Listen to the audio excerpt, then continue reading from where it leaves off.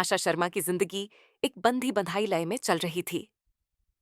वर्षों से वह उसी सुपरमार्केट के कैश काउंटर पर काम कर रही थी, जहां हर दिन सैकड़ों ग्राहक आते और चले जाते। उनके हाव भाव, उनकी आदतें अब उसके लिए पहचानी सी हो चुकी थीं। कुछ ग्राहक हमेशा जल्दी में रहते, कुछ बेहद विनम्र होते, तो कुछ बिना वजह चिड़चिड़े। लेकिन उस दिन कुछ अलग हुआ। एक अनजान बुजुर्ग व्यक्ति, बलदेव कपूर, उसके सामने खड़े थे। वह अपनी जेबें टटोल रहे थे, मगर उनकी आंखों में कुछ असामान्य था। वह आत्मविश्वास, जो अक्सर उम्रदराज लोगों में दिखता है, अब संदेह और चिंता में बदल चुका था। उनके कांपते हाथ उनकी घबराहट को और भी उजागर कर रहे थे। मैं शायद घर पर भूल आया। उनकी आवाज धीमी थी, मानो शर्मिंदगी छिपाने की कोशिश कर रहे हों। आशा ने उनके चेहरे पर छाई असहायता को महसूस किया। पीछे कतार में खड़े ग्राहक धीरे धीरे असंतोष जताने लगे। कोई आह भर रहा था, तो कोई घड़ी की ओर देख रहा था। लेकिन आशा का ध्यान बस एक ही चीज पर था, बलदेव कपूर की गरिमा, जो एक मामूली चूक से आहत हो रही थी। क्षण भर सोचकर उसने बिना किसी को बताए अपने पर्स से कुछ पैसे निकाले और चुपचाप उनका बिल चुका दिया। सब ठीक है अंकल, वह मुस्कुराई, जैसे कुछ हुआ ही ना हो। बलदेव कपूर की आंखों में नमी थी। उन्होंने जेब से एक मुड़ा तोड़ा कागज निकाला, उस पर कुछ लिखा और आशा की तरफ बढ़ा दिया। मेरी बेटी प्रिया, वह तुम्हें पैसे लौटा देगी। बहुत शुक्रिया। उनके शब्दों में आभार था, पर साथ ही कुछ और भी, एक गहरी थकान, या शायद जिंदगी के अनुभवों की कोई अनकही कहानी। एक छोटी सी दया, बड़ा परिणाम। बलदेव कपूर धीरे धीरे वहां से चले गए, लेकिन आशा की यह दरिया दिली हर किसी की नजर में सहज नहीं थी। पास में खड़े सुपरमार्केट कर्मचारी राकेश वर्मा ने सिर हिलाते हुए कहा, तुम बहुत भोली हो आशा। ऐसे लोग कभी पैसे लौटाने नहीं आते। आशा ने हल्की मुस्कान दी, मगर कुछ नहीं कहा। वह जानती थी, कुछ चीजें बदले में पाने के लिए नहीं की जाती, परंतु इस छोटे से कदम का नतीजा वह नहीं था जिसकी उसने कना की थी। कुछ ही मिनटों बाद सुपरमार्केट की सख्त और अनुशासन प्रिय मैनेजर मीरा अय्यर ने उसे अपने केबिन में बुलाया। लरेब्रक एक बेरहम फैसला। मीरा की केबिन में घुसते ही आशा को एक ठंडापन महसूस हुआ। वहां सब कुछ व्यवस्थित था, मगर बहुत नीरस। मीरा अपनी कुर्सी पर सीधे बैठी थी, आंखों में वही बेरहम व्यावसायिक ठंडक। तुमने कंपनी की नीति तोड़ी है? आशा मीरा ने हाथ बांधते हुए कहा। मैंने सिर्फ एक जरूरतमंद की मदद। आशा ने संयमित स्वर में जवाब दिया। यह व्यक्तिगत भावना की बात नहीं है। यह नियमों और नियमों का उल्लंघन बर्दाश्त नहीं किया जा सकता। तुम्हारा कॉन्ट्रैक्ट यही खत्म होता है। कुछ क्षणों तक आशा को यकीन ही नहीं हुआ कि उसने सही सुना। वर्षों की मेहनत, समर्पण, सब एक पल में मिटा दिया गया। लेकिन उसने कोई विरोध नहीं किया। अपनी गरिमा बनाए रखते हुए उसने अपना पहचान पत्र निकाला और टेबल पर रख दिया। मीरा ने कुछ कहने की जरूरत नहीं समझी। सुपरमार्केट से बाहर निकलते समय आशा ने एक गहरी सांस ली। उसका जीवन एक मोड़ पर आ गया था, और अब उसे नहीं पता था कि आगे क्या होगा। कॉल एक नया मोड़ होम घर पहुंचते ही उसने अपने पिता विक्रम शर्मा को सब कुछ बताया। वह हमेशा शांत स्वभाव के थे, लेकिन उनकी आंखों में आज असहज चिंता दिखी। तुमने सही किया बेटी, हर गलती पछतावे लायक नहीं होती। उनके शब्दों में अपनापन था। आशा का छोटा भाई अर्जुन, जो अपने गुस्सैल स्वभाव के लिए जाना जाता था, गहरी नाराजगी से बोला, यह अन्याय है, इसे ऐसे नहीं छोड़ सकते। मैं बदला नहीं चाहती अर्जुन, आशा ने कहा। मैं सिर्फ यह समझना चाहती हूँ कि दुनिया अच्छाई को कमजोरी क्यों मानती है। तभी अचानक टेलीफोन की घंटी बजी। आशा ने फोन उठाया और दूसरी तरफ से एक धीमी मगर दृढ़ आवाज आई। आशा शर्मा, मैं प्रिया कपूर बोल रही हूँ। मेरे पिता ने तुम्हारे बारे में बताया। मैं तुमसे मिलना चाहती हूँ। आवाज में कृतज्ञता तो थी, मगर कुछ और भी था। एक रहस्य, एक उलझन, जो उसकी जिंदगी को और भी जटिल बना सकती थी। लबरबकोब सच्चाई सामने आई। आशा को रात भर नींद नहीं आई। प्रिया कपूर की आवाज अब भी उसके कानों में गूंज रही थी। उनके लहजे में कृतज्ञ तो थी, लेकिन उसके पीछे कोई अनकहा बोझ भी था।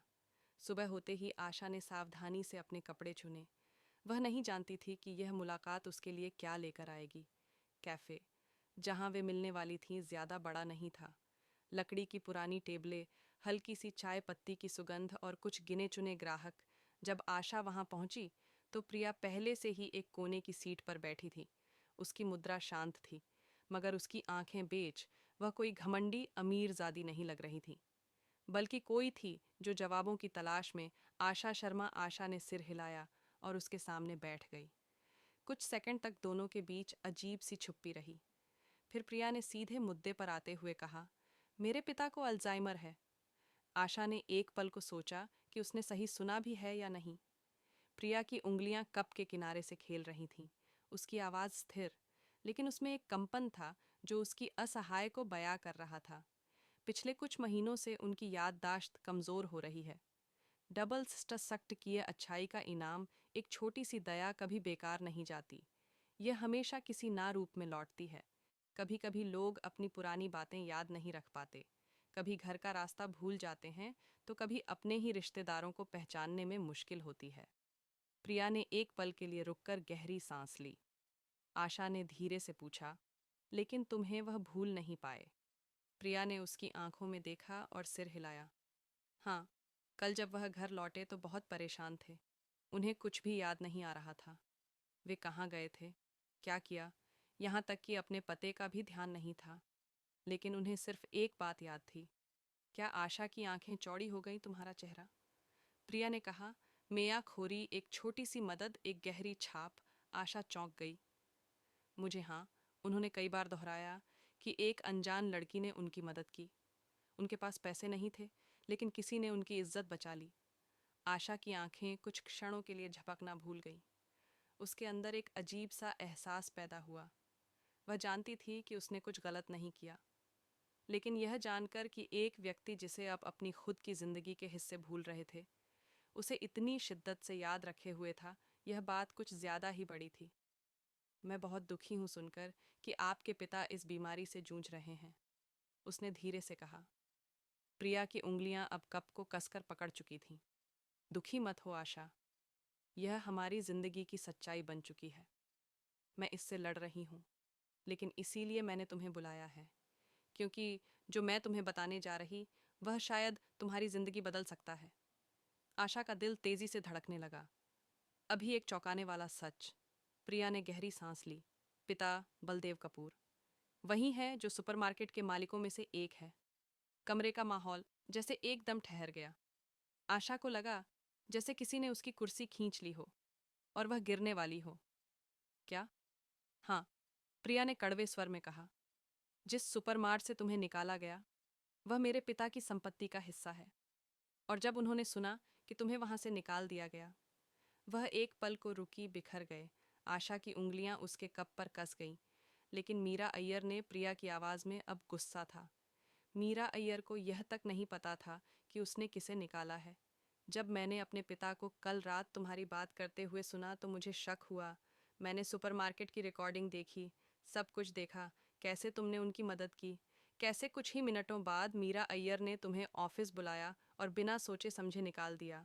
उन्हें इस बात का अंदाज़ा तक नहीं था कि जिस व्यक्ति के लिए तुमने अपनी नौकरी गंवाई, वही उस जगह का मालिक है।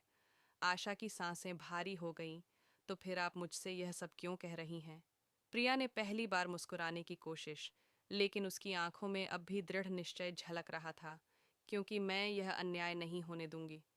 कैफे में हल्की हलचल थी, लेकिन आशा को लगा जैसे पूरी दुनिया बस इस बातचीत तक ही सीमित हो गई थी। उसकी जिंदगी का सबसे बड़ा झटका उसे एक दिन पहले लगा था, और अब एक झटका उसके सामने खड़ा था। उसने अपनी उंगलियां आपस में बांध लीं। आप क्या करने वाली हैं? प्रिया ने धीरे से कप को टेबल पर रखा, अपनी कुर्सी पीछे खिसका और कहा, तुम देखोगी आशा, बहुत जल्द देखोगी। एक नई पहचान 2 दिन पहले।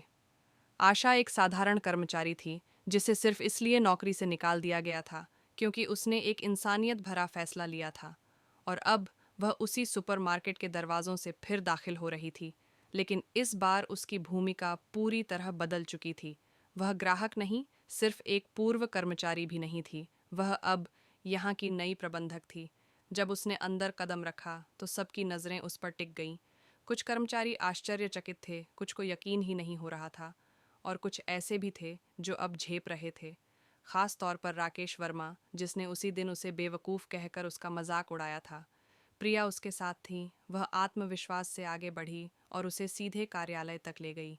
यही वह जगह थी जहां 2 दिन पहले मीरा अय्यर ने उसे अपमानित किया था, जहां उसकी सालों की मेहनत को एक झटके में खारिज कर दिया गया था। लेकिन अब मीरा अय्यर को हटा दिया गया है। प्रिया ने शांत स्वर में कहा। आशा एक गहरी सांस ली, तो अब प्रिया ने उसकी ओर देखा। फिर हल्की मुस्कान के साथ कहा, अब यह तुम्हारी जगह है, एक नई शुरुआत। आशा को कुछ क्षणों तक समझ ही नहीं आया कि क्या कहे। मुझे यह नौकरी क्यों दी जा रही है? उसने आखिरकार पूछा। प्रिया ने कुर्सी पर बैठते हुए कहा, यह सिर्फ एक नौकरी नहीं है आशा। मैंने तुम्हें यहाँ इसीलिए नहीं रखा कि तुम्हारे साथ अन्याय हुआ था। मैंने तुम्हें इसलिए रखा है क्योंकि यह सुपरमार्केट ऐसे इंसान के हाथों में होना चाहिए जो सही और गलत फर्क कर सके। वह एक पल के लिए रुकी, फिर गंभीर स्वर में आगे बोली, इस जगह को तुम्हारी ज़रूरत है। आशा ने कमरे के चारों ओर देखा। वर्षों तक यहाँ काम करने के बावजूद उसने कभी नहीं सोचा था कि एक दिन वह इस स्थान पर पद होगी।